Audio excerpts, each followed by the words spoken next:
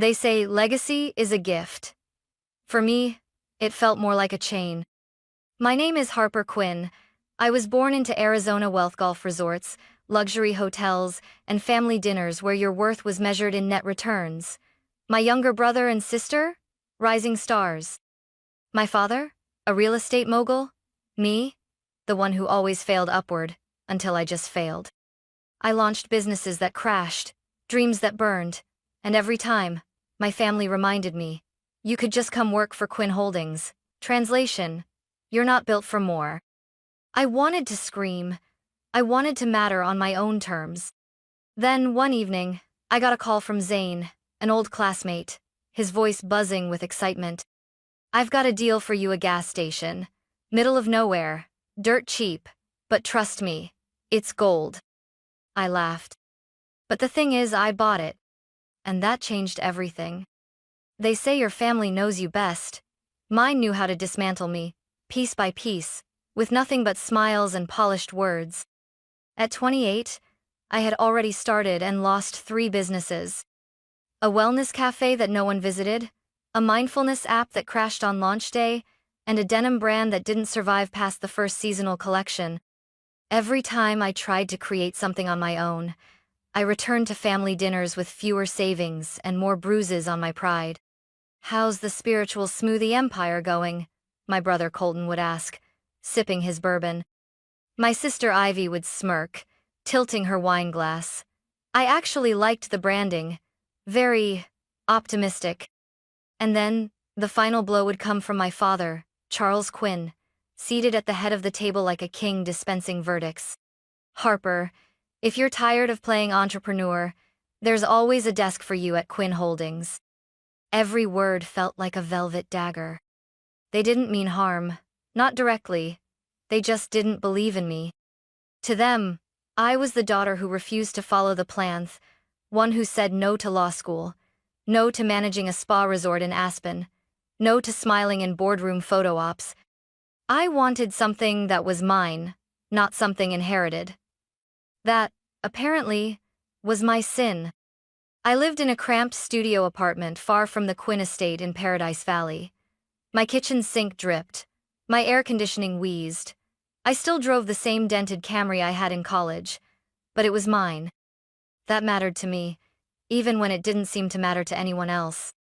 Some nights, I'd sit on the tiny balcony with a glass of cheap wine and stare at the skyline lit up by my family's empire, the Quinn name in gold letters on resort towers. Their world sparkled, mine flickered. And yet, I couldn't stop trying. Every failure stung, but what stung more was the knowledge that my worth in their eyes was directly tied to my ability to fit into their system. I didn't want to join Quinn Holdings. I wanted to prove I could build something worth holding onto without them. I didn't know then that rock bottom wasn't the end. It was the foundation. It was a hot, dusty Tuesday when Zane called. An old college acquaintance I hadn't heard from in years. "You still trying to make it big?" he laughed over the phone. I was too tired to lie, trying and failing. "Well," he said, his voice laced with mischief, "I've got a place you might want to see. An abandoned gas station on the outskirts of Gila Bend. Looks like junk now, but I've got a feeling." I should have said no. I almost did. But something in me whispered, what if this is it? What if the world finally laughs, and I laugh last? I met Zane 2 days later in a sun-bleached diner off Interstate 10 just past Buckeye. He hadn't changed much, same slicked back hair, same too white smile, same faded leather boots trying hard to look vintage. He greeted me with a side hug like we were best friends, though we barely knew each other in college. "You look corporate," he joked, eyeing my button-down and dusty flats. "You look like trouble," I replied. He grinned. "You'll love this." We drove for nearly 45 minutes into the desert. No cell signal, no traffic, just the dull hum of tires over cracked asphalt and cacti standing like sentinels on either side. As the buildings disappeared and the land grew emptier, so did my confidence. By the time we pulled up to the property, I was already rehearsing polite ways to say no thanks. But there it was. A rust-covered shell of a gas station, slumped like a wounded animal under the Arizona sun. The sign above read Copper Flame, its letters barely clinging to the faded board. One gas pump was missing entirely, the other was draped in spiderwebs. The windows were boarded. The desert wind kicked up sand around our feet. "You're joking," I said flatly. Zane walked toward the building, arms outstretched. "This is it, 25 grand. That's all. I negotiated it down from 35. Owner's old, wants to get rid of it fast. Because it's trash." "No, because he doesn't know what's coming." I narrowed my eyes. "Explain." He leaned against the broken pump like a used car salesman about to deliver the pitch of his life. "There's a new highway in development, State Route 84 extension. It's going to cut right through here. Rest stops. Tourism. Commercial development. I've seen the zoning maps. This place will be in the center of everything in 2 years. You fix it up now, you're sitting on a gold mine." I folded my arms. "And how exactly do you know this?" He shrugged. "Let's just say I have friends who owe me favors at the city office." That was Zane's magic trick, saying just enough to intrigue you, never enough to confirm anything. "I don't have $25,000.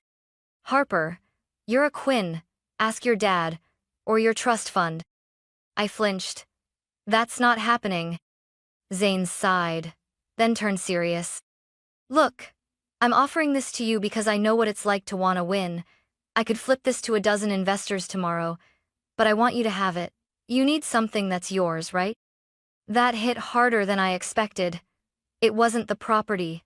It was the possibility, the chance to shut everyone up, the chance to finally say I did it.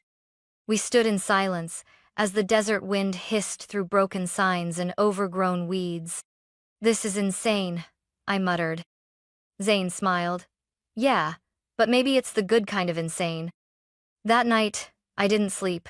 I did math instead, credit limits, favors I could call in, friends I hated asking for help. It was stupid, risky, desperate. But I was tired of playing it safe and always losing. By sunrise, I'd made my choice. I was going to buy the damn gas station. The purchase went through faster than I expected.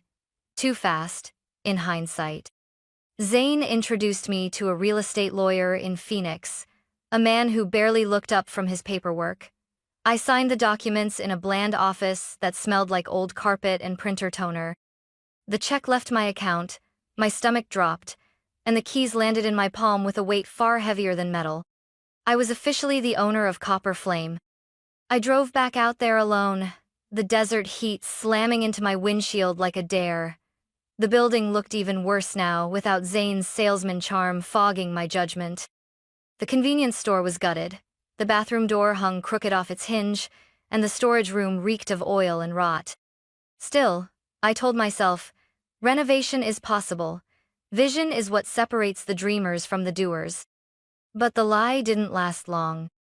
3 weeks later, while scrubbing black mold off the back wall, I got a call from a friend of mine, Nina, a realtor who worked in land valuation. "Did you seriously buy a gas station off Route 85? She asked.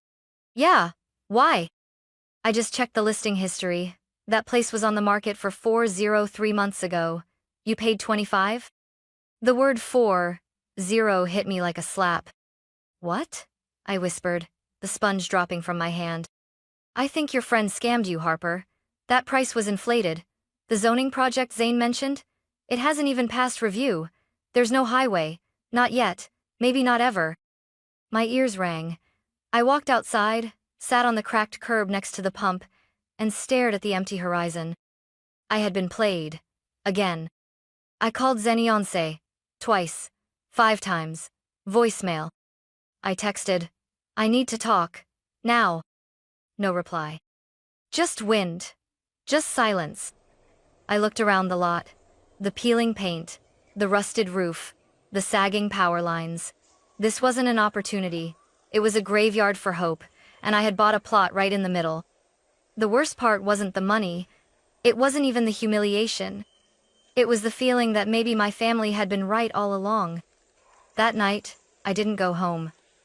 I sat on the dusty floor of the convenience store, surrounded by broken glass and old receipts, thinking about every time I had dared to believe in something and lost. Was I cursed? Naive? Just not built for this? I could already hear Colton's voice. So, is this the part where you ask Dad for help? No. I wouldn't give them that satisfaction. If this was a trap, I'd fight my way out of it even if I had to crawl. Even if I had to bleed. Even if I had to rebuild this dump with my own bare hands. The desert doesn't forgive, but sometimes, it forgets. A week after Zane vanished, I found myself in a losing battle with a leaking pipe beneath the floor of the convenience store. The water seeped through the cracked tile and pooled in the corner like a slow betrayal. I couldn't afford a plumber. I barely had money for groceries. So I did what desperation demands. I started digging. The tiles were old, brittle. It took a crowbar and a lot of cursing to get them up. The dirt underneath was dry, compacted by decades of neglect. As I chipped away layer by layer, sweat dripping down my spine, I heard something strange. Clank. Not dirt, not rock. Wood. My heart skipped. I knelt, brushing aside dust and debris, revealing a warped wooden panel, dark and aged. I tapped Ithalo. There were rusted nails around the edges.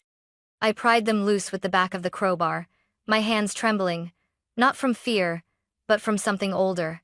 Instinct. The board creaked free with a groan, revealing a shadowed void beneath. A staircase. "What the hell?" I whispered. I grabbed my phone, switched on the flashlight, and began to descend. The wooden steps moaned under my weight, but somehow held. The air was damp and smelled faintly of old wood, metal, and something else sweet and sour, like aged fruit, or wine. At the bottom, I reached a low-ceilinged cellar, no larger than a one-car garage. Dust clung to everything. Cobwebs draped the corners like funeral veils. But what caught my eye were the shelves lined with bottles. Dozens. No, hundreds. Old, dark, green glass. Sealed with wax. Labels faded but still readable in parts. I picked one up carefully. It was heavy and cold. Chateau d'Aubon, 1919. Another read. Clos Marceau, 1923. The handwriting was in calligraphy. Some bottles bore European stamps. Others had strange codes etched on the glass dates, batches, initials. It didn't look like junk. It looked intentional. Preserved, hidden. I set the bottle down gently and stepped back, my pulse echoing in my ears. What was this? A forgotten stash? A collector's secret vault? No. This was older. Smarter. Bootleggers. The thought hit me like a lightning bolt. During the Prohibition era, Arizona, just like Nevada, had been a hotspot for illegal alcohol smuggling. Remote locations. Hidden stockpiles. Secret cellars. And I had just uncovered one. I sat on the wooden steps for a long while, heart racing. My mind couldn't keep up with what I was seeing. All I knew was this. The universe had buried something beneath the very place I was mocked for buying. Copper Flame wasn't a joke. It was a secret. A buried story. A silent opportunity. And for once in my life, maybe just maybe, I had stumbled into the right kind of crazy. I didn't sleep that night. Who could? My kitchen table was now home to 6 dusty wine bottles, laid out like ancient relics under the weak light of a ceiling bulb. I stared at the faded labels, the wax seals, the hand-scribbled dates as if they held the answers to every failure I'd ever lived through. But I knew one thing. I needed someone who could tell me what this actually was. So I did what every self-respecting millennial does. I Googled. After 3 hours of obsessive scrolling and forum diving, I found a boutique auction house in Phoenix, Langston, Row, known for vintage wine and antique spirits. I sent them a discreet email. Inherited property, found old bottles, need appraisal, confidential please. They replied within 2 hours. 3 days later, I found myself in a room that smelled of leather and old wood, sitting across from Mr. Elliot Langston, a man who looked like he'd been born wearing cufflinks. He examined each bottle like a surgeon, turning them slowly, inspecting the glass density, the ink, The wax.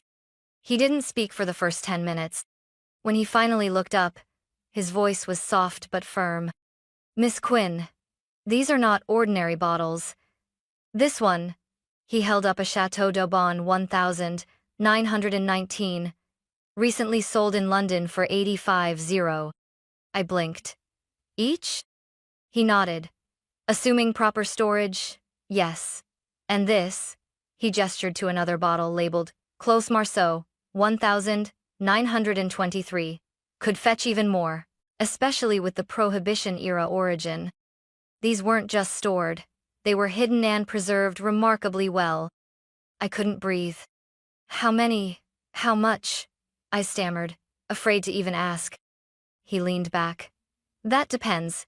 How many bottles do you have?" I lied. "A few dozen." His eyes twinkled. He knew, but he didn't push. "If you're sitting on a cellar full of these, we're talking millions, Miss Quinn. Tens of millions, possibly." I walked out of that office with numb fingers and adrenaline in my throat. Millions? I drove straight back to Copper Flame, heart thudding against the steering wheel like a drum. I counted everything, bottle by bottle, crate by crate. Some were shattered, others perfect. Some handwritten, others stamped with foreign emblems. I filled an old spiral notebook with rows of names, dates, wax colors, levels. By midnight, I'd cataloged over 600 bottles. I didn't know whether to laugh, cry, or panic. Was this real? Was this the moment? I made one decision that night. I would sell 10 bottles, no more, just enough to confirm the value and fund protection. Mr. Langston helped me organize a private auction, quiet, selective, and under the radar. Within 2 weeks, those 10 bottles sold for $1.3 million. I stared at the numbers on the closing contract like they were in a foreign language. My bank account blinked to life, full of zeros I had only ever dreamed about. I looked around the dusty convenience store, the cracked ceiling tiles, the broken vending machine still humming in the corner. For the first time in my life, I wasn't looking at failure. I was looking at foundation. Word spreads fast in Arizona, especially when it smells like gold. Within 3 weeks of the auction, the news slipped out despite every NDA Mr. Langston made them sign. One of the bidders posted a blurry photo of the wine crate on a luxury wine forum, and from there, it was wildfire. Copper Flame was no longer a joke. It was an anomaly, a mystery, a buried miracle. And then came the call. I was standing outside the newly installed glass doors of the convenience store, now renamed Desert Heritage Lounge, when my phone buzzed. "Mom." I almost didn't pick up. "Harper," she said, her voice strained, almost unfamiliar. We heard about the bottles, about the auction. Is it true?" I didn't answer. She pressed on. "Your father thinks. Maybe it's time we talked. Maybe you don't have to do this alone." I laughed. Not because it was funny, but because it was so expected. "Now you want to talk?" I said. When I had mold on my walls and debt collectors at my door, no one called. "Don't say that," she said sharply, slipping back into the matriarchal tone. "We were worried." "No, you were ashamed." There was silence on the other end. Then, "Your father thinks this is a good opportunity for the family. We could bring Desert Heritage into the Quinn portfolio, help manage it, scale it, control it," I cut in. "Harper." "Goodbye, Mom." I hung up. An hour later, I got a text from Colton. "Heard you struck liquid gold. Impressive. Just be careful, big money is tricky. Happy to help with investments if you need real guidance." I stared at the message, mouth tight. No apology, no recognition, just a reminder of where he still thought I belonged under his advisory wing, under the Quinn brand. I didn't reply. Then, Ivy called. "Harps," she chirped, like we hadn't spent a decade at emotional war. I saw the photos. Stunning work. Honestly, I'd love to help redesign the space. I've got this concept in mind, retro-futuristic bootlegger chic. It would elevate the brand, and obviously I'd give you the family discount. I blinked. "You mean the same family that laughed at me for buying this place?" She went quiet. I didn't. Thanks, Ivy, but I've already got someone. Someone who didn't mock me. I hung up. And then came the final move. The king himself. Charles Quinn. My father. He didn't call. He summoned. An email, brief and sterile. Lunch. Friday. Quinn Holdings. Noon. I showed up because I wanted to look him in the eye.